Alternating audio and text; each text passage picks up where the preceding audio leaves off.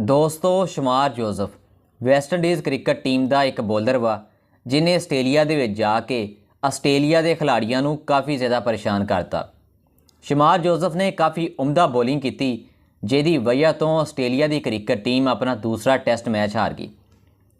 West Indies ਦੀ cricket team ਨੂੰ ਇਹ 27 ਸਾਲਾਂ ਬਾਅਦ ਇਹ ਕਾਮਯਾਬੀ ਨਸੀਬ ਹੋਈ ਆ। ਸ਼ਮਾਰ ਜੋਸਫ ਦੀ ਉਮਦਾ ਬੋਲਿੰਗ ਦੀ ਬਦੌਲਤ ਵੈਸਟ ਇੰਡੀਜ਼ ਦੀ ਕ੍ਰਿਕਟ ਟੀਮ ਨੇ ਆਸਟ੍ਰੇਲੀਆ ਦੀ ਕ੍ਰਿਕਟ ਟੀਮ ਨੂੰ दूसरे टेस्ट मैच ਦੇ ਵਿੱਚ 8 ਸਕੋਰਾਂ ਤੋਂ ਹਰਾਤਾ। ਦੋਸਤੋ ਸ਼ਮਾਰ ਜੋਸਫ ਕੌਣ ਆ? ਸ਼ਮਾਰ ਜੋਸਫ ਦੀ ਅੱਜ ਪੂਰੀ ਦੁਨੀਆ ਕ੍ਰਿਕਟ ਦੇ ਵਿੱਚ ਬੱਲੇ ਬੱਲੇ ਹੋਈ ਪਈ ਆ।